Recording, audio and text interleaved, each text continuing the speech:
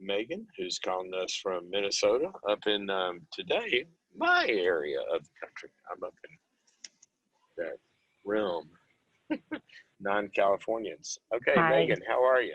How you doing? I'm good. How are you? I'm good. I'm good.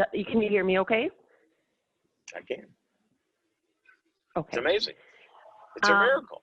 it is. So I'm going to be careful and I'll ask my question first, and then I don't know how much background information. I think sometimes I might share too much. So I'll just ask my question first and then go from there. Okay. So I'm curious about some tools and skills that I can learn to be less anxious and less vulnerable when I am either with or interacting with my mother-in-law. I have been Okay. married Let for me ask you a 12. question. Yep. Let me ask you a question. Yep. This is just a little game I want to play in my own head. Um, Mm-hmm. do you quickly feel kind of like a pang of guilt if you've made a mistake and done something that you feel like somebody else won't like, and then you have a tendency to overreach and try to make sure they're okay? Yes. I'm a marriage and family therapist myself, so I think in some ways it's possible. Okay. What do you mean in some ways it's possible? It's kind of a straightforward question. Um, Feel, with her, this is coming off of a pretty traumatic experience. So I think in some ways this is a little bit more of an isolated situation that is more triggering. okay. So generally you don't worry about when you say no or confront somebody, you don't really worry about how they feel. You're good. You're able to do that Um, well. I can do it okay. It's not my favorite thing to do. Okay. I can do it okay. All right. So then Hmm. what about your mother? Not with What her about your though. mother-in-law? Oh, So 3 years ago, my husband had an emotional affair, and hey, we worked through it. We are still married. We are very strong. We did a lot of healing through all of that and are in a very good place. A lot of that trauma triggers from that have passed, not to say that they don't come up in time, but overall we're very healed and in a very good place. But through all of that, there hasn't been much support from her in particular, and in support of our marriage, even during the separation, either. And we have 3 kids. what do you mean And there? What do you mean there wasn't a lot of support? Was she? Because he screwed up, so she hmm wasn't supporting you guys getting back together because she was siding with you and saying, "Why should you do this? It she wasn't for the marriage," or she she sided with was. she wasn't for our marriage. She sided with my husband. She she was she was not for our marriage. She did a lot of enabling during that time frame when he was very lost and very in a dark place. And she really pretty much pushed against our marriage versus working towards our marriage of, hey, you have a Oh, really good relationship.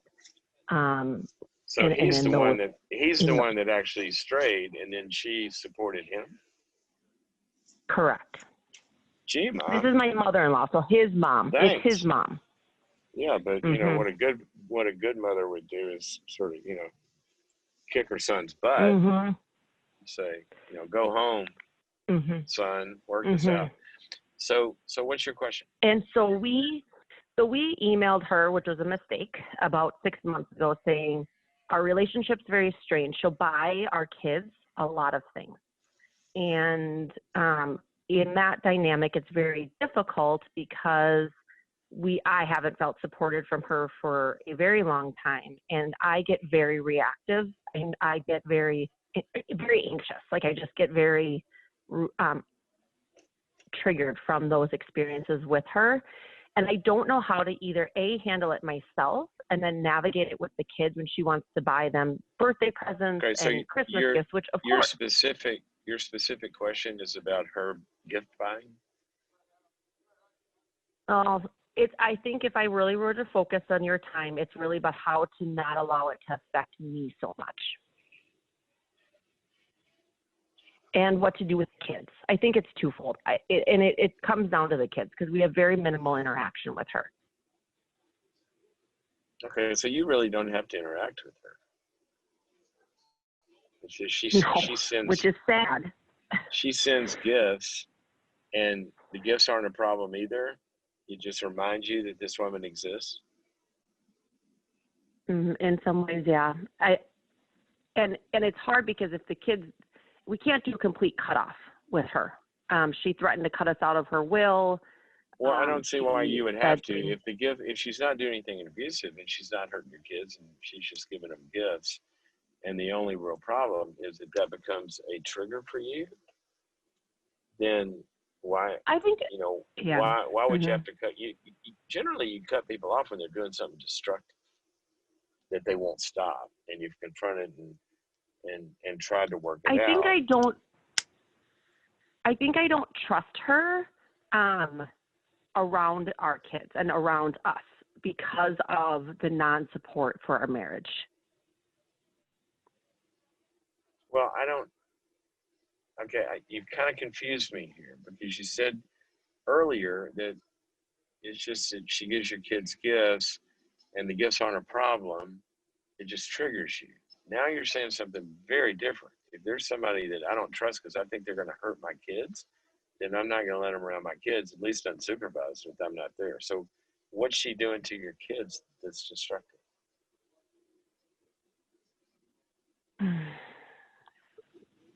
I guess you're answering that we don't have interaction with her. And I guess I just have to leave it at that. I mean, we really don't have interaction unless she's buying the kids gifts for birthdays and Christmas. I mean, we don't see her other than in holidays. So I guess in some ways I just need to leave it at that and not expect more from her relationship. Well, you said y'all sent her an email and tried to address it and she didn't respond well, right? Correct. And I can't control that. No, you can't control that. You tried to reconcile. It sounds like you and your husband are in a good place. And kind of goofy I think mom it's is not dictating his life anymore, right? Which if and he ultimately, was I just have to subject let it go. yeah, and if he was subject to her dependency before, which he probably was, as you described it, she was enabling him, and he was able to, let himself get tied up with mommy as an adult. It also explains probably the affair, right? Because he's a dependent on, mom. That now he's unplugged from that. So what I would do, from your perspective, is really, really just remember to keep in your head. See, this woman only has any power in the whole sphere in anything because she's on the chessboard of your marriage, right? If she were, the drive-through lady at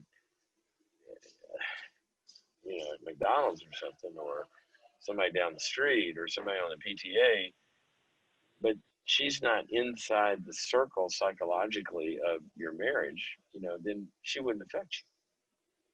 And so I think part of this is getting back to really, really focusing on the strength that you have in the relationship now with him, okay?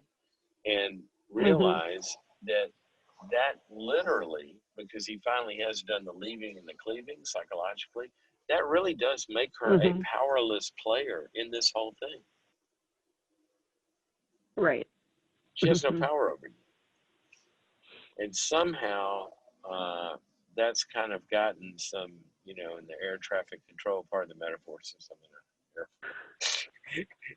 It kind of gets on your screen, right? And so realistically, you've probably got to work through some anger you have at her because that's connecting you to her, and then realize you're not going to win in that way. She's never going to act correctly back then, but ultimately you won. And so I would let it go. She sends a gift, that's fine. You send her a letter. You want to send her a letter, say, hey mom, the last time we talked about this didn't really go, we didn't end up resolving it. If you ever want to do that, let us know. But until then, we'll just, wait to hear from you. And I'd go on and have a nice life. Yeah. Okay. Now, the Thank you very much. other thing is, since you're a marriage family counselor, I'm going to ask you, how does a woman like this have that much power in your head, other than I understand what went on there, but is there a transference going on here that she represents somebody else that something quite isn't finished with? So you might want to look at that. Yeah. Okay. Thank you. I will. Okay. All Thank you righty. so much for your time. All right. For Bye-bye. your call. It is, it's interesting how sometimes,